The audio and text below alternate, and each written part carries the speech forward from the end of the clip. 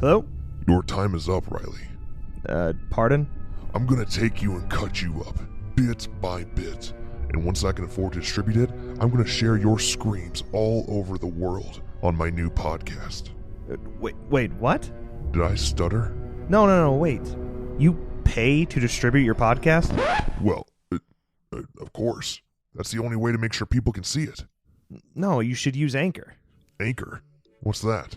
Anchor is the easiest way to make a podcast. It has creation tools that allow you to record and edit your podcast right through your phone and computer. Wow, really? Yeah, and they distribute the podcast for you, allowing you to easily hit the biggest platforms like Spotify, Apple Podcasts, and others. No way. And you can get paid right away, no matter how many viewers you have. And guess what? What? It's 100% free. No. Yes. That's impossible. I promise you it's possible, and you can check for yourself right now by going to anchor.fm and signing up. I gotta go. Yeah, that's what I thought. You're listening to Make Every Death Count. Brought to you by the Slash and Cast Podcast Network. Listen closely, horror fans, and get ready for one hell of a show. But make sure you hang on tight, because this is going to be a very spooky and bumpy ride. I hope you survive. Now, to all my favorite ghouls, goblins, and ghosts, here are your hosts, Nick and Riley. What's happening, lovers? What's going on? We going to get tropical. Welcome back to another episode of Make Every Death Count, brought to you by the Slashcast Podcast Network. We are your hosts. My name is Riley. My name is Nick. And today we got an interesting one for you. We've been talking about the old reboots and how we like them more than most. And that is valid. But I think a lot of people have come around recently when it comes to the Friday the 13th remake, and especially the My Bloody Valentine remake. Because I recall when I was younger, when the movie, not when it first came out, maybe right around that time, I guess, everyone seemed to hate it. And I felt like I was outside of the box there. I felt weird, out of the norm, because I always really enjoyed it, even when it first came out. So now it's seeing people come around and start to like My Bloody Valentine has created an interesting discussion. Mainly the battle of the Supernatural brothers, which I think is great. You know, have a little Sam and Dean Winchester battle, because of course Jared Padalecki, who plays Sam, is the star in Friday the 13th, the remake. And then you have Jensen Ackles, who plays Dean, is a star in My Bloody Valentine. Both the same year. It's weird. I really want to know, if I could ask them one question, that might be my question, is like, yo, did you guys have like beef on set? Like joking beef about who's got the better horror remake? Because I really want to know. Yeah, they took the summer off and decided to each do a horror movie, a remake. Yeah, it is really coincidental in that way. Yeah, I wonder if they had battles on set about it, you know, or if because I mean, Jared could easily make an argument. It's like, well, listen, my franchise, my movie's a little bit bigger than yours. I mean, My Bloody Valentine's a one-hit wonder. You know, a lot of people are forgetting about it in this generation. Me, not so much, man. Everybody loves Jason. Still around, still strong. So if you're gonna look at popularity alone, Jared's got the upper hand for sure. True. But we're gonna go through some things. We're gonna go through a little bit of battle here, and what makes them different than the originals in which they're pulling from. What makes them good? Perhaps what makes them bad? And then let's just beef it out. Who's got better kills, better killer, better characters, better story, better killers? Just kidding. And then overall better film. We'll get there though. Let's start first. What makes these movies different than their predecessors? How does Friday the 13th different, 2009 different from the original from 1980?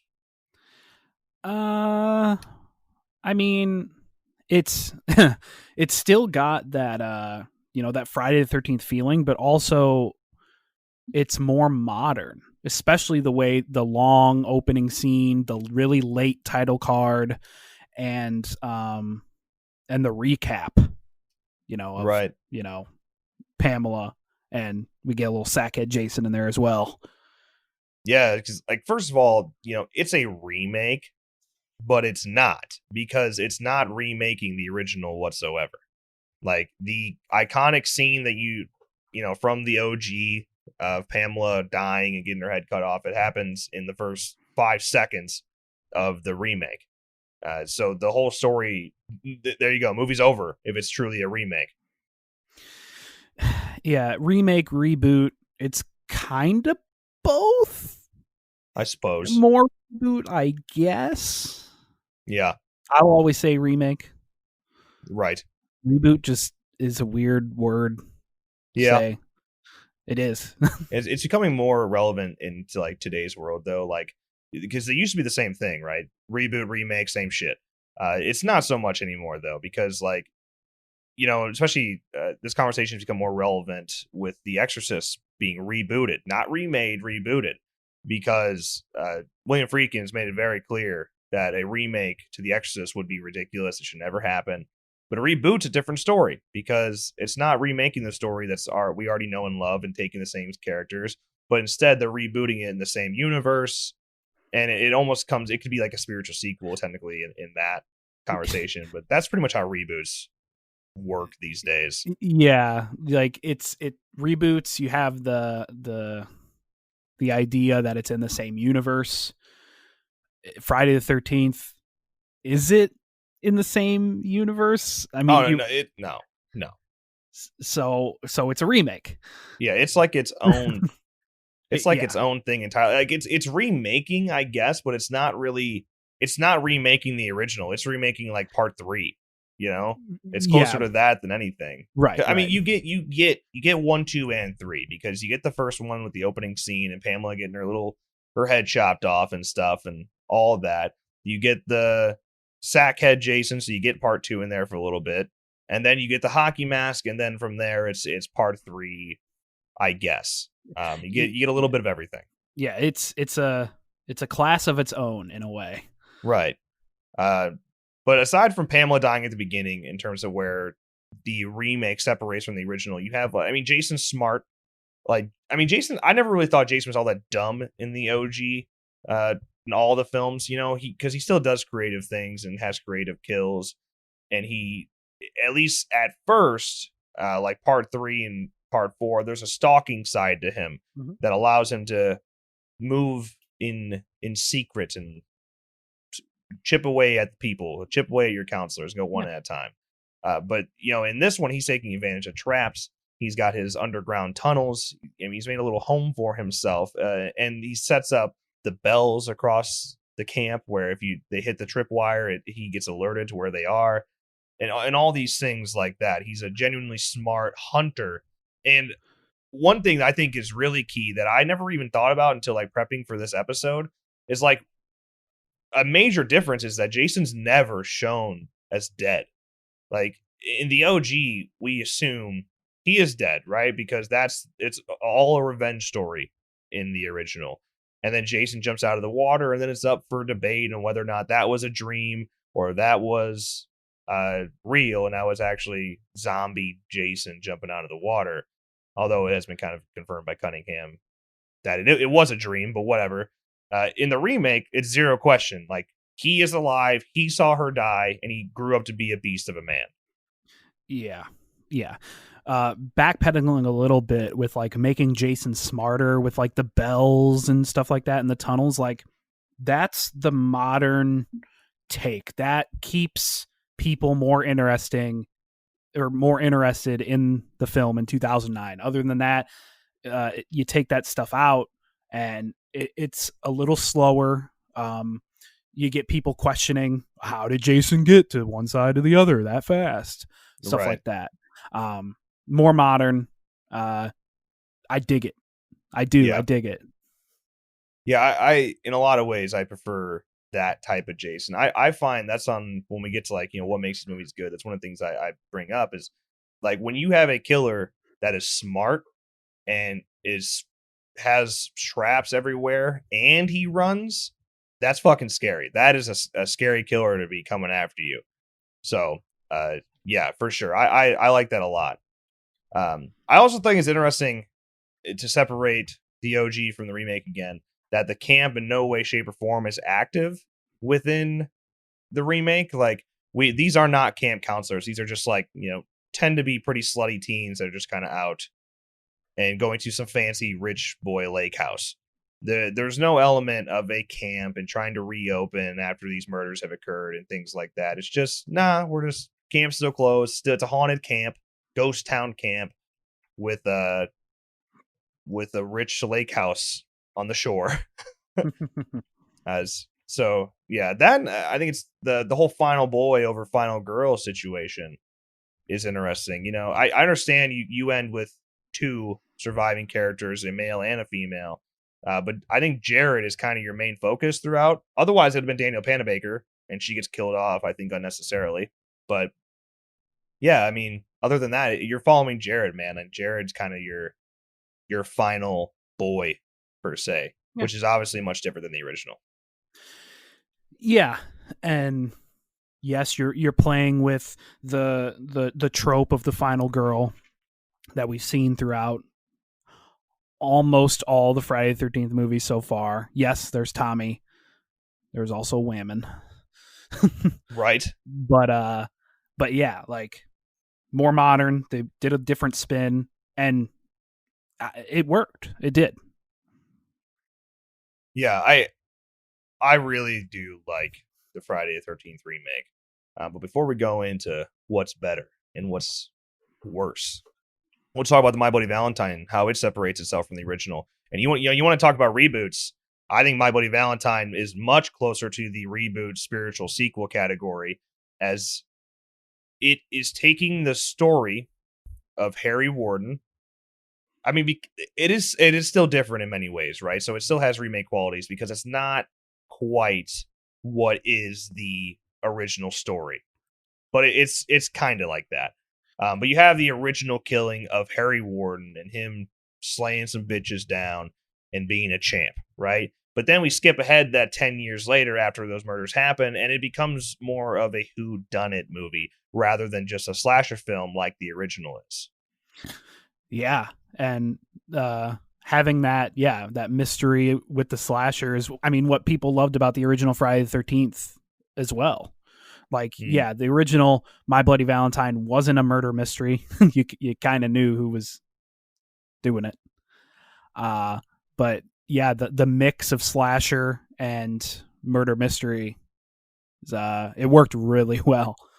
Yeah. I think that's one of the reasons I love it so much, is because of the whodunit element of it. Those are my favorite movies, man. Those murder mystery movies, love them. And the fact that you think in this movie, right? You think a handful of times, but you really don't. And that's why you're constantly guessing. You're waiting more and more throughout, and that's a lot of fun. So I really enjoy that side of My Bloody Valentine from 2009. Yeah. Separating itself further again, you have the victims themselves. In the remake, reboot, whatever you want to call it, he's mainly targeting those who were involved in some way, shape, or form to the original killings that happened 10 years previously, rather than just the minors and their girlfriends. Mm-hmm. So your victim base is different. Of course, 3D, man. I mean, it gets thrown in your face a lot in this movie, a little over the top, like some 80s shit. But at the same time, it does have some really cool 3D moments that I think are worth it. Yeah, I don't know if they were paying homage to the 80s 3D, them just, figuring it out. I don't know if they were paying homage to that and making it a little cheesy on purpose, or if they literally was just like, shit, we need to throw some 3D in there. Yeah. I think because that was during that time was like the comeback. It was like the comeback of 3D. Right. And so, in the way 3D was being filmed at that time, I'm assuming, of course, with the whole dual camera setup. So you have to kind of, for 3D to work right, especially because My Bloody Valentine was not like a 3D TV 3D. It wasn't like that fancy shit that we have now, some IMAX stuff. It was you're wearing your red and blue glasses and watching it that way. And for setups like that, you have to put things in the perfect position to look good. Like Larry Zerner's talked about with part 3, that he had to throw the wall 1,000,000 times before it looked good, or you had to aim the baseball bat perfectly before it looked good, or the yo-yo. So like, yeah, there's a lot of moments where they have to absolutely nail it. And sometimes because of that, to save time on set, they went a CGI route instead. So when like Harry Warden throws the axe at the truck and it flies and goes through the glass, that's like 90% CGI, so they can nail it for the 3D effect. Right. And perhaps that takes away, because if you're watching that scene not in 3D, it looks super fucking cheesy and stupid because it is a CGI axe and blood in your, like, just right there. But in 3D, because you can't really make out the quality, it looks fine-ish. Yeah. That was right before the whole going over the hill and having 3D be fancy, and now 3D once again is dead. So yeah, it's wild. It's odd. Is it going to make a comeback in 2027? Potentially, yeah. It seems like every 30 years we want to make a comeback. So I guess it would be 2040 is what we're looking for here. It'll be the comeback of 3D once again. And at that point, it's going to be where it's 3D and like shit can actually hit you through your TV. It'll be 8D. Yeah, right. It'll be all around you. Dude, at what point are we going to have at-home 4D experiences where you have smells and perhaps some water spraying on you or things like that? Like, that would be fucking cool. Chairs vibrating and shit. That'd be wild. Some people already have that, like gaming chairs that that move and interact with you while you play. Oh yeah, like racing setups where your chair is vibrating the whole time. Have you seen like the VR stuff where you wear a vest? Yeah. And that vest like vibrates where you get hit or something in a shooter. Yeah. See, do that. At what point can we play through movies as a character? I mean, it's kind of like The Last of Us, right? Like, that is a playable movie, if you're asking me. So at what point can we start doing that? Now imagine being put into movies that you already know and love. Like, what if you like, I've always had like a dream of doing this. I've had literal dreams. I'm not saying like this is like a fantasy of mine, but like literal dreams of being thrown into Scream. And like, not as a character that was already there, but a new character, myself, and I'm in the Scream movie now through like a VR type of setup. I know it's fucking weird and probably completely impossible and doesn't make any sense. I'm just saying I've had dreams. Just wanted to share that with you. All right. Okay. Last like main difference for My Bloody Valentine OG versus the reboot here. The love triangle is quite a bit different. It's the same people, right? You got Sarah, Axel, and Tom, but like in the original, that triangle, that whole love triangle they have is much more legitimate, as it's like nobody is actually locked with one another, right? Like there's not a proper couple. Kind of, we root for Tom and whatnot, but there's no proper couple in the OG, and it's actually like an actual battle of all's fair in love and war. In the remake, because we skipped 10 years into the future, Sarah is already married to Axel. And she respects and loves him, right? So she's devoted to that marriage.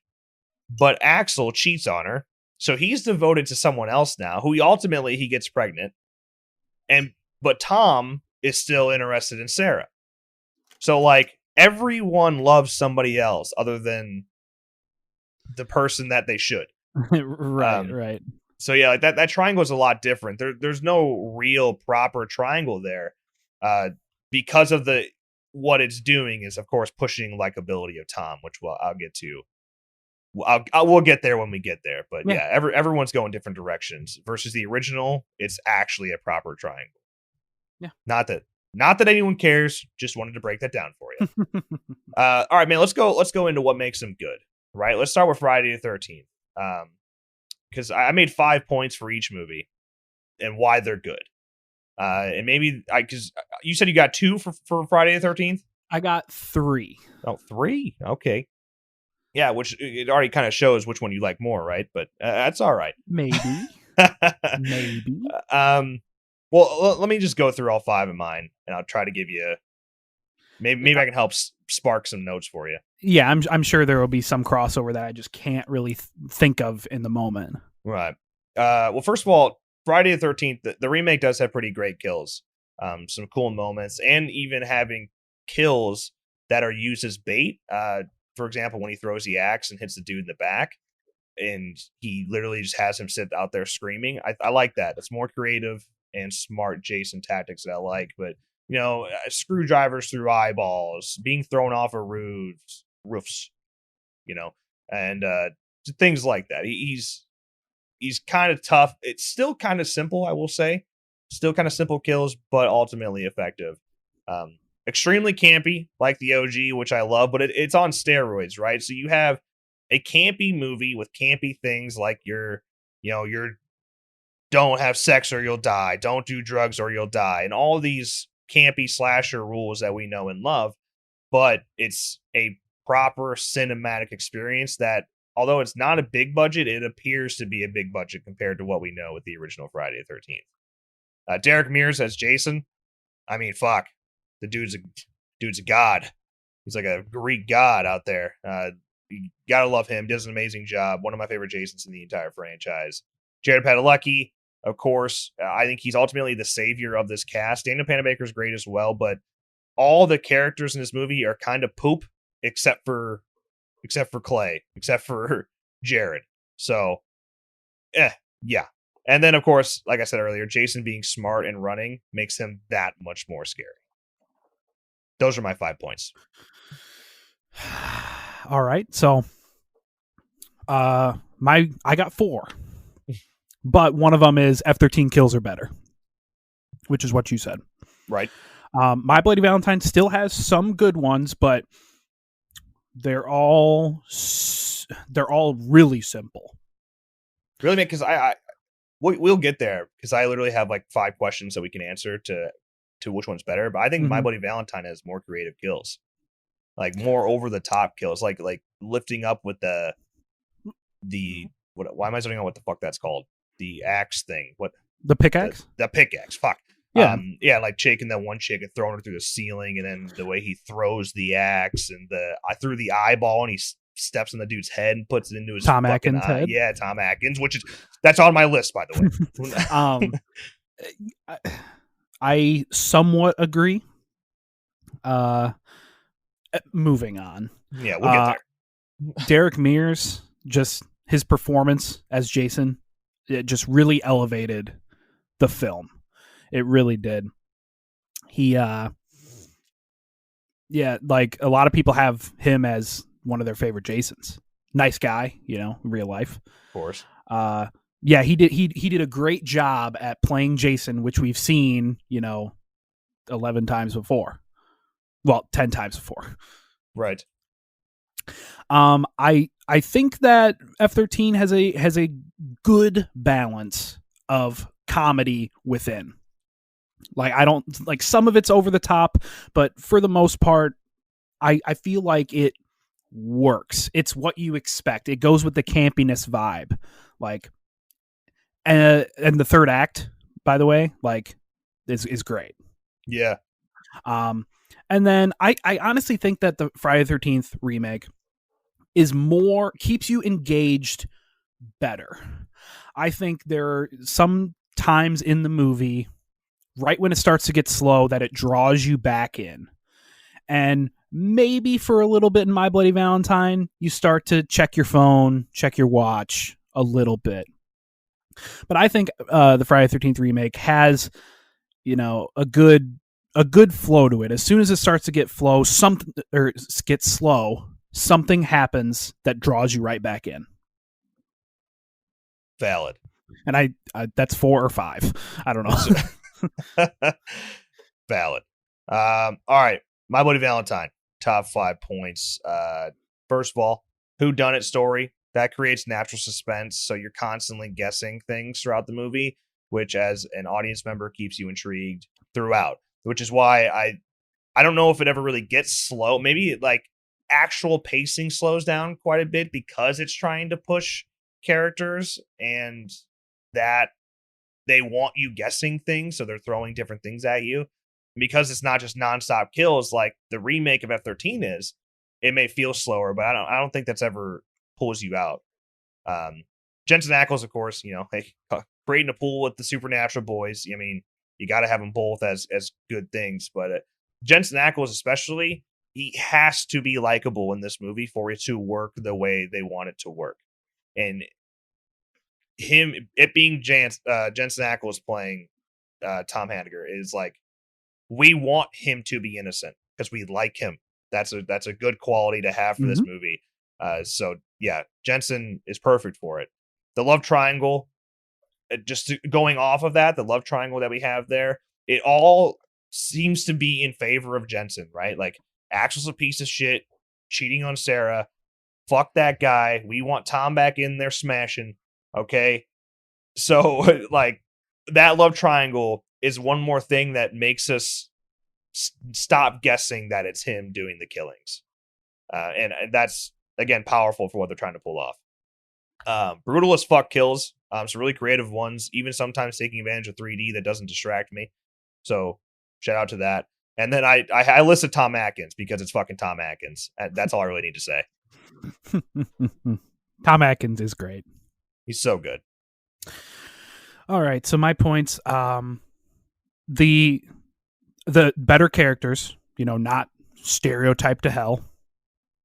And yeah, that also has to do with more experienced actors. I think it has better dialogue, which obviously, perfect nipple placement isn't exactly a winner. Are you kidding me? That's the best line in like horror history.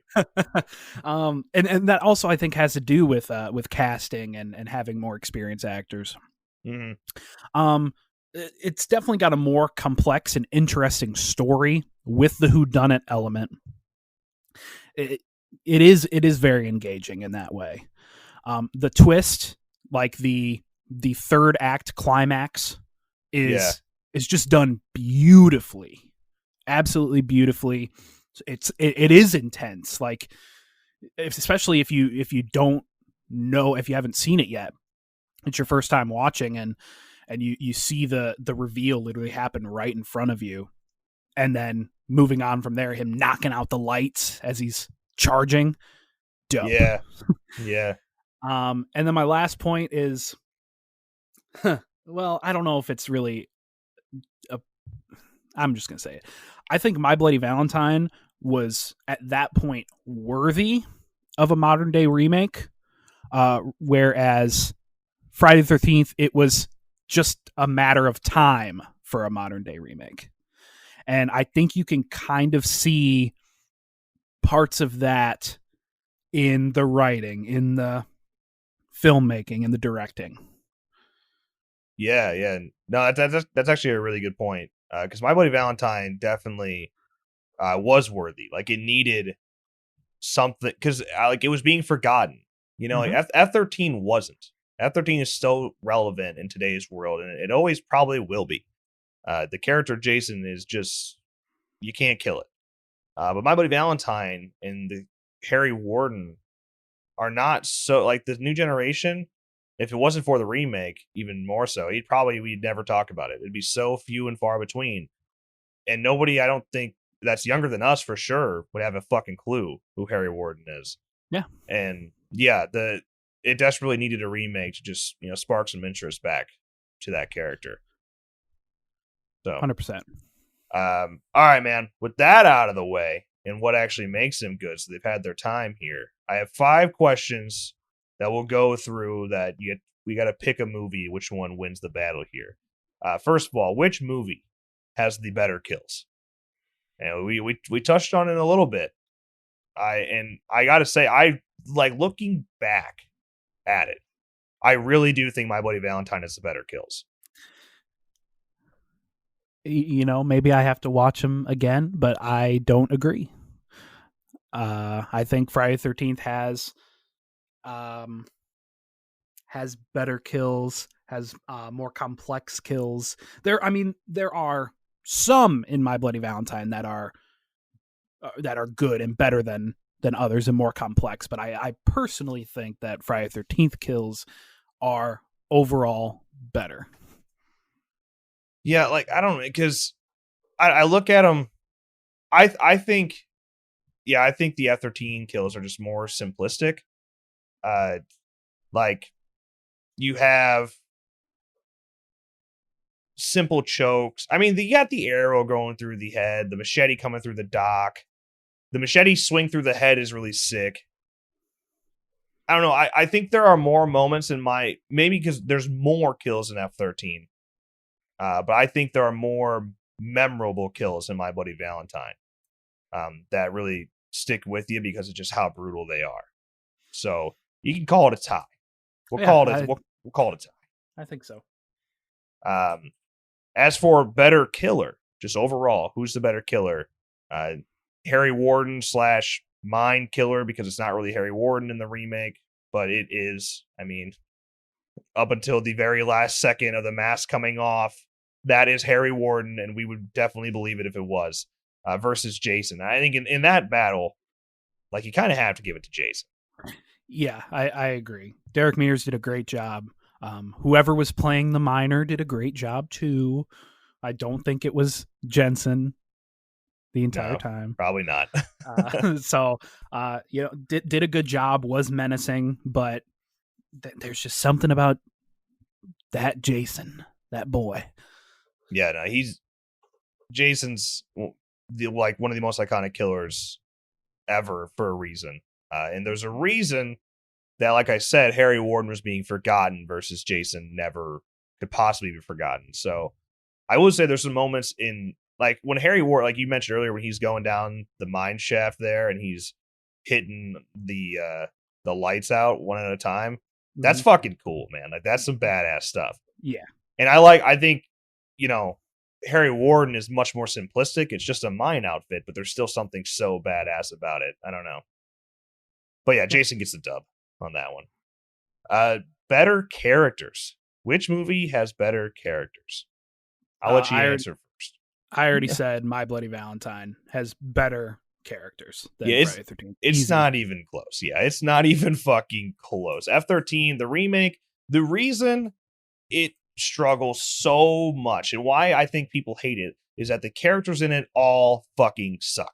Yeah. Every single one of them, except for, like, I don't even like Whitney, to be honest with you, but like Daniel Panabaker and Jared Padalecki, those are your carrying characters, your carrying actors. Other than them, like, you just don't really give a shit. Everybody's douchey. Everybody's a straight up stereotype, and they all fucking suck. Which I guess for an F-13 movie, that kind of fits the tropes we know for the franchise. And I think they are doing that kind of intentionally. I don't think it was meant to be like poor writing. I agree. But yeah, still, they all suck without a doubt. Yeah. Better story. Out of these two movies, which one has the better story?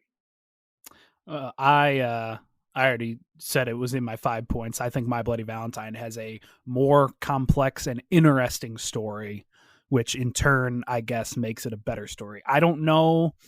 Maybe it's personal preference because we're both big fans of whodunits, and taking that slasher twist on a whodunit, a My Bloody Valentine whodunit. That gets my vote for My Bloody Valentine. Yeah, I still think even if you take out the whodunit side of things, honestly, F-13, like, what is the story? Teenagers go to a lake where a killer is, and one was kidnapped. Okay, yes. So, but like, yeah, for My Bloody Valentine, you have teens who are at a mine where a serious, like, group of murders happen. 10 years later, they're still stuck in that memory. Every Valentine's Day, they have to hear about it. They have almost PTSD from it. And then a character who hasn't been seen in 10 years suddenly returns, and the love interest is interesting. So you have the battle of the love triangle. You have a character who you're not sure is guilty or not. I mean, it's just much more intriguing than teenagers get killed by Jason. Yeah. So yeah, my Bloody Valentine, all day, every day with that one. Yeah. Which then comes to the last question, and what's the overall better film, man? What is the better film? If you want to look at it from, directing, writing, and kills, we already addressed all these things. And if you're going off of that, you have 2.5 to 1.5 to My Bloody Valentine. I don't know what else you can really pull from it, because I think the most important thing to me in a slasher film, kills are great, right? Like getting cool kills is always exciting, but to me, kills are way less important than your characters and your story. Because if you don't give a shit about who's dying, the kills aren't as effective as they could be, because you don't give a shit.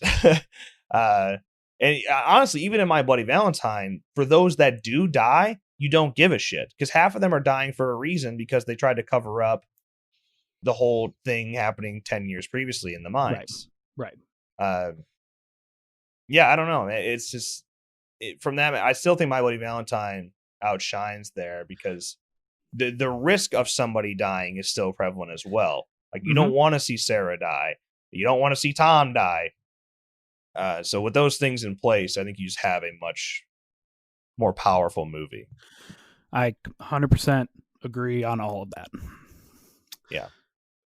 My Bloody Valentine is, I think, because the more I think about it, the more I'm like, compare it to these other remakes that have come from these iconic franchises and iconic 80s slasher movies. I think My Bloody Valentine is better than all of them. Like, every single one of them. The slasher remake to rule them all?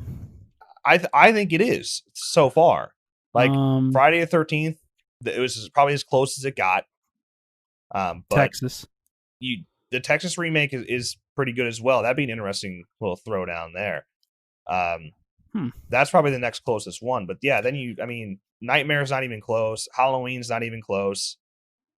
I don't know, man. I just don't think. I think people sleep on My Bloody Valentine way too much. I 100% agree with that. Yeah, maybe that's an episode. Maybe we go through and figure out what is the definitive slasher remake. And yeah, right now it looks like My Bloody Valentine's on top. I guess final question, maybe. Which one would you rather watch? Honestly, even then, 9 times out of 10, I would probably say My Bloody Valentine. 9 times out of 10, you would pick My Bloody Valentine? Really? 8. 8 out of 10. I'm so split. I love both of these movies so much.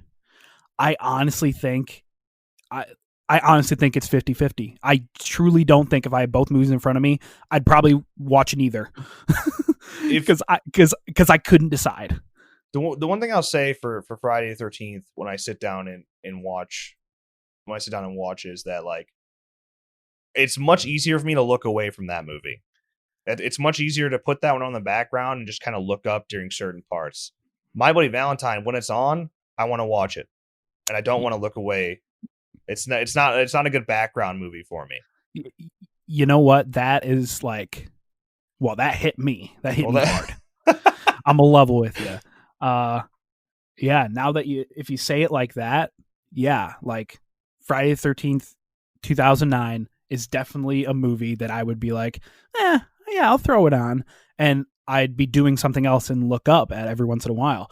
But every time I want to watch the My Bloody Valentine remake, that is my full attention. Yeah. So I guess I change that then. If it was a choice, it's 50-50. It's really hard to pick. But for one that I would rather watch rather than have on in the background is My Bloody Valentine 9 times out of 10. Yeah, perhaps you put it on less. Perhaps you put My Bloody Valentine on less. But if you're actually sitting and paying attention, I think My Bloody Valentine is probably my pick 9 times out of 10. Yeah, and anybody that knows us on YouTube knows that we love Friday the 13th. So I'm sure you're shocked. I'm sure. Hopefully you're not shocked, and you appreciate the My Bloody Valentine remake as much as we do. Maybe almost as much as we do. It's kind of hard to top how much we love it. Yeah, valid. Valid. Everybody stand down. God everybody stand down. God damn it. I fucking love that. I love Tom Atkins so much. Oh, shit. Well, so at the end of the day, who's the better Winchester brother? It goes to Dean. Dean takes a W in this one. Sorry, Sam. Sorry, Sam. Now, everybody tweet this at both Jensen and Jared and let them know the battle of their iconic remakes has officially happened here on Make Every Death Count today. The opinion of two individuals who don't matter, it's out there. And there you go. No one who is asking this question? No one. Yeah, yeah, pretty much. Nobody really cares. Just us. And if it does happen to reach them where they see it, I really want to know, did they have any jokes about it on set about their horror remakes and which one was better? If this reaches them, they have to come on the show. Yep. Let them know. They have to be on the show. And we can discuss this exact thing all over again. Happily. That would be awesome. Yes. That'd be a dream come true. All right. Well, that's going to be wrapping things up on this episode of Make Every Death Count. Make sure you go check out the rest of the Slash and Cast podcast network. Just head over to slashcast.net. We got like 14 shows and counting, and you definitely need to check out all of them. You'll have entertainment for days, and they're all, what I like is that we have very diverse shows that talk about very different things while still being often driven right by the horror genre. So it's a lot of fun. Go check all of them out. New episodes, what seems like pretty much every day, because everybody posts on different days, which is fun. You got content every single day of your life. Yeah. And if you have a podcast and you're looking to join, you can apply right over there at slashcast.net/podcast network. And that's pretty much it, man. Otherwise, follow us on socials, Instagram, subscribe on YouTube if you haven't already. Follow us on Twitter. You know the stuff. And that's it. You got anything else? Stay tuned. Some announcements in September. You definitely going to want to stay tuned for October. Yeah, we're about to go balls deep into the Halloween season, so you know it's going to start getting crazy around here between having more videos, more streams, more podcasts. It's going to be a good time. Yes. All right, then. With that, as always, thank you guys so much for listening, and we'll talk to you next time. Bye. Well, would you look at that? You survived all of the crazy and deadly shenanigans that the Slash and Cast podcast network threw at you today. Since you made it this far, consider leaving a 5-star review. And make sure you share this show with your creepy friends. Until next time, horror fans, stay safe. And more importantly, stay scared.